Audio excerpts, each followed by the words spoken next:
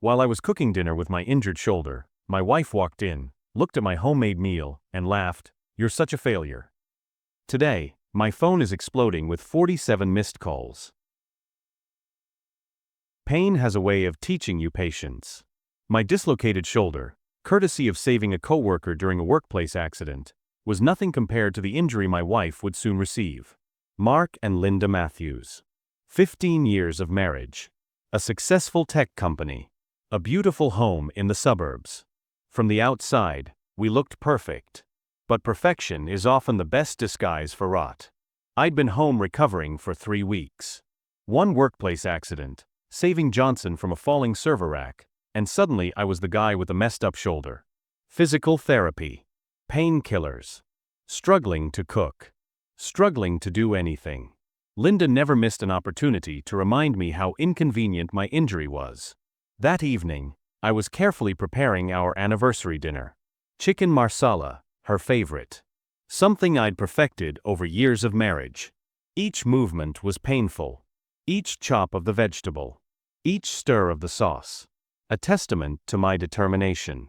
Our daughter Emily, 6 years old, watched me from the kitchen counter. "Daddy's cooking is the best," she'd say, her eyes bright with admiration. The kitchen was my sanctuary. Even with a busted shoulder, I was going to make this meal perfect. Linda burst through the door, McDonald's bags in hand. The smell of cheap fast food overwhelming the carefully prepared sauce. She looked at my meticulously prepared dinner, looked at me, and laughed. "Geez, you're pathetic," she said, her voice dripping with contempt. "Even cooking looks like a struggle for you now." Then she turned to Emily. The next words would change everything. "Honey, promise Mommy you'll never marry a man like your father. Some men are just born losers." I said nothing. Continued stirring the sauce. Continued preparing the meal I'd spent hours planning. Emily's eyes darted between us. Confused. Hurt. Linda opened the McDonald's bags. Tossed a burger to Emily. "Here. Real food," she said, her eyes never leaving me. I quietly put away the anniversary dinner. Watched them eat their fast food meal. Said nothing. But I was listening. Watching. Planning. Revenge is a dish best served with cold, calculated precision. My shoulder might have been injured, but my mind was sharper than ever. Linda thought she was in control. She had no idea how wrong she was. The company we'd built together, Matthews Tech Solutions, was my first strategic target. I'd been a silent partner for years, letting Linda take the lead in day-to-day operations. She thought that meant she owned everything. She was wrong. My injury gave me time. Time to dig. Time to investigate. Time to gather every single piece of evidence I would need. Our financial records became my obsession. Late nights, one-handed typing. Careful investigation. I discovered discrepancies that would make most forensic accountants salivate. Linda had been siphoning company funds. Small amounts at first. Clever transfers. The kind of financial manipulation that would make a money launderer proud. Consulting fees to ghost companies. Offshore accounts. Expense reports that didn't quite add up. Our mutual friends had no idea. The perfect suburban couple. The tech power duo.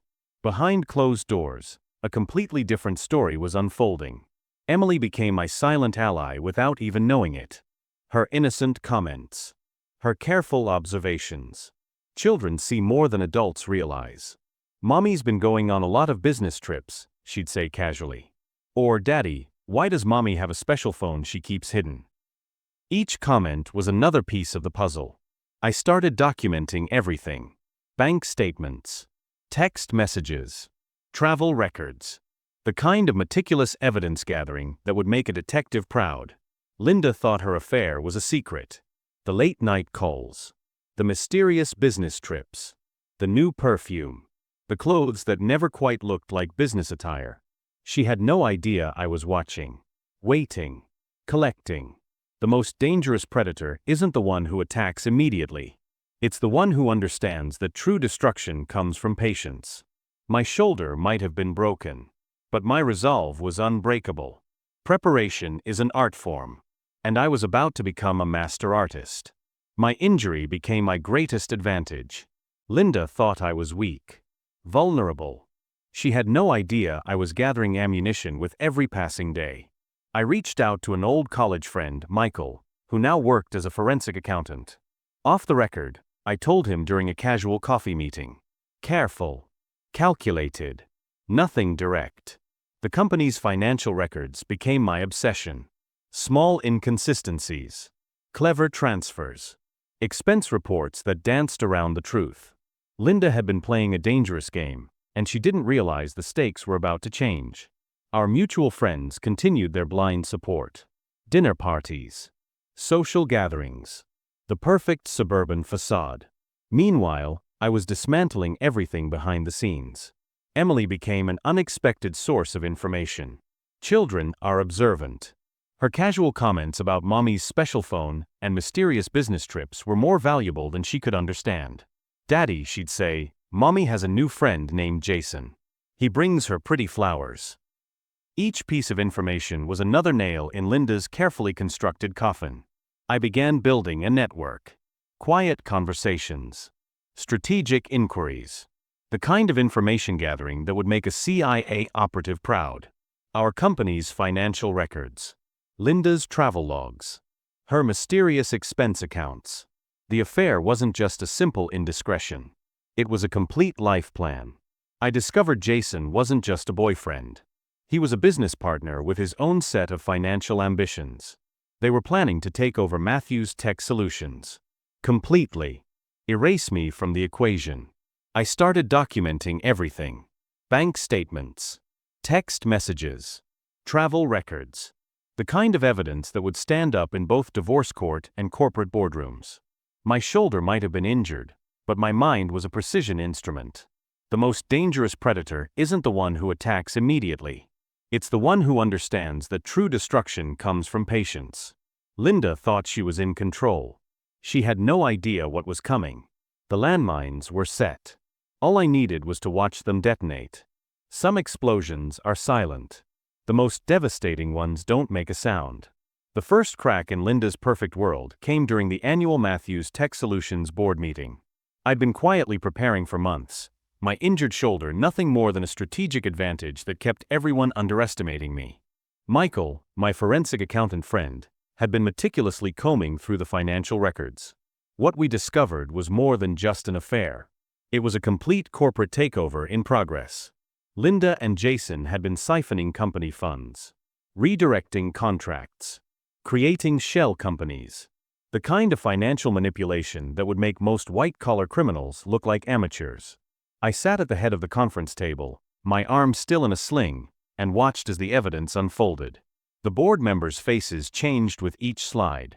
Expense reports. Fraudulent invoices. Unauthorized transfers. Linda's carefully constructed facade began to crumble in real time. These transfers, I said quietly, pointing to a series of offshore account movements, aren't just questionable. They're criminal. Jason wasn't even in the room. He was already sensing the storm. Linda's color drained. Her perfect makeup. Her carefully curated professional image. All of it was dissolving with each passing moment. Our mutual friends who had been so supportive. The dinner party crowd. The suburban elite. They were watching her fall in real time. Emily's innocent comments suddenly became crucial pieces of evidence. Her mentions of Mommy's special phone. The mysterious business trips. The new friend who brought flowers. The board was unanimous. A full investigation would be launched. Linda would be suspended pending the results. But this was just the beginning. I hadn't done anything dramatic. I hadn't raised my voice. I'd simply let the truth speak for itself. Some people believe in confrontation. I believe in letting evidence do the heavy lifting. Linda thought she was running a perfect con. She was about to learn that perfect plans are often the first to fail. The first domino had fallen. And I was just getting started. The thing about lies is they're like spiderwebs. Pull one thread, and the entire structure comes apart. Linda's professional collapse was just the beginning. The social fallout was about to be even more devastating. Our mutual friends, the suburban elite who had been her biggest supporters, started to distance themselves. Dinner party invitations dried up. Text message groups went silent. The perfect social network she'd cultivated for years began to disintegrate. Sarah, her closest confidant, was the first to break. A casual coffee meeting revealed everything. The whispered conversations. The careful positioning. The sudden realization that they'd been part of Linda's elaborate performance. "I had no idea," Sarah told me, her voice trembling. "All those times she talked about your injury. About how difficult you were being." The narrative was changing. From a sympathetic wife dealing with a disabled husband to something far more sinister. Social media became a minefield. Screenshots of financial documents. Hints of corporate fraud. The carefully curated image of the perfect tech power couple was crumbling in real time. Emily became my unexpected ally. Her innocent observations. Her clear-eyed perspective. Children see more than adults realize. "Mommy's been different," she'd say. Not with anger. Just observation. Jason, Linda's supposed escape plan, was the first to disappear. No phone calls. No messages. When corporate investigators started asking questions, he went completely silent. The expensive gifts. The secret meetings. The carefully planned escape, all of it was falling apart. I didn't do anything dramatic. I simply let the truth do the heavy lifting. Our mutual friends who had once praised Linda's strength during my difficult recovery were now whispering, questioning, analyzing every past interaction through a new lens. The most dangerous predator isn't the one who attacks immediately. It's the one who understands that true destruction comes from patience. Linda thought she was running a perfect con. She was about to learn that perfect plans are often the first to fail. The social web was unraveling. And I was just watching it come apart, thread by careful thread.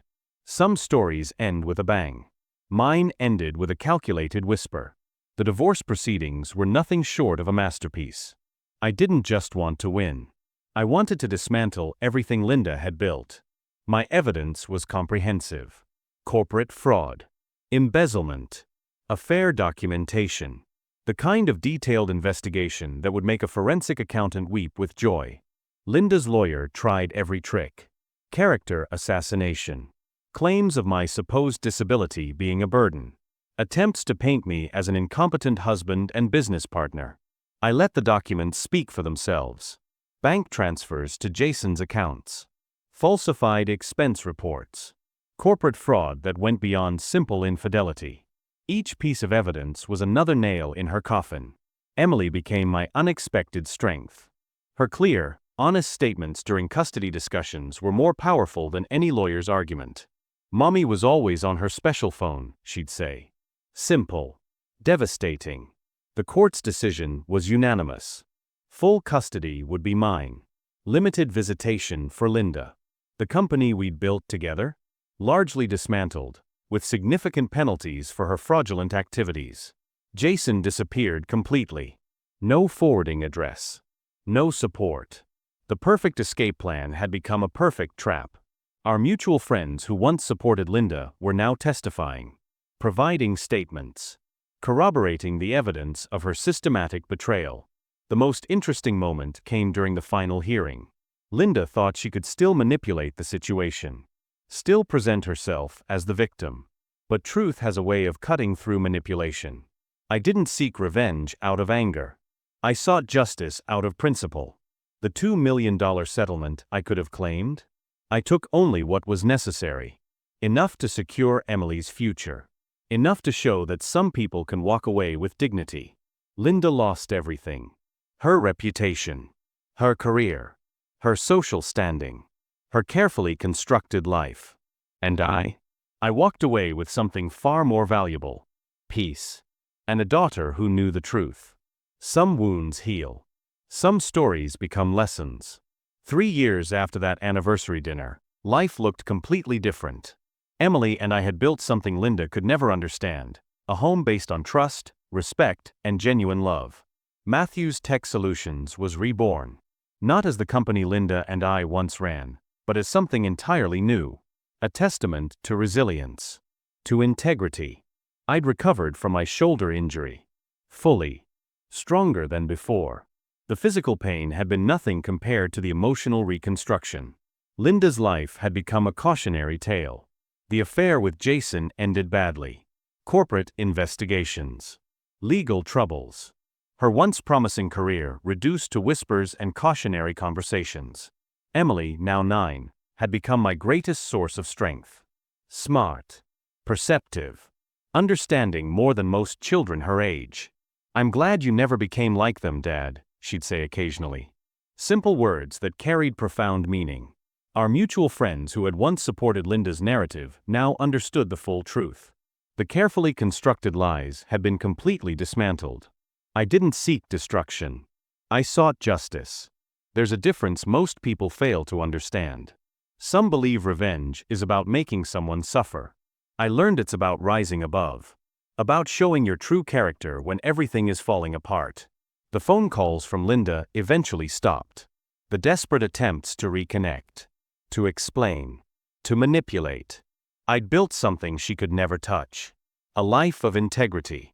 A relationship with my daughter based on honesty. A career rebuilt from the ground up. Every challenge became an opportunity. Every setback, a lesson. The anniversary dinner I'd prepared that night, the one she'd mocked, became a symbol of something greater. Not just a meal, but a promise. A commitment to integrity. Some people are defined by their worst moments. Others are defined by how they rise above them. I chose to rise.